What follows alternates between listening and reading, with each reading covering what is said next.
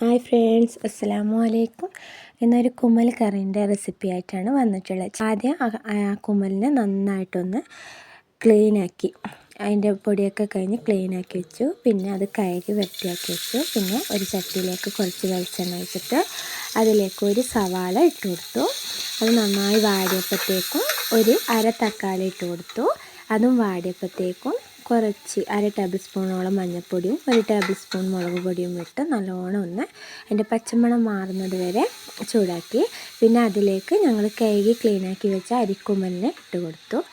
പിന്നെ അതിനെ നല്ലപോലെ ഇളക്കി ഒന്ന് മിക്സ് ചെയ്ത് പിന്നെ ഒരു 10 മിനിറ്റോളം കുറച്ച് വെള്ളം ഒഴിച്ച് വേവിച്ചെടുത്തു. പിന്നെ ആവശ്യത്തിനുള്ള ഉപ്പും അതിലേക്ക് ഇട്ട് കൊടുത്തു.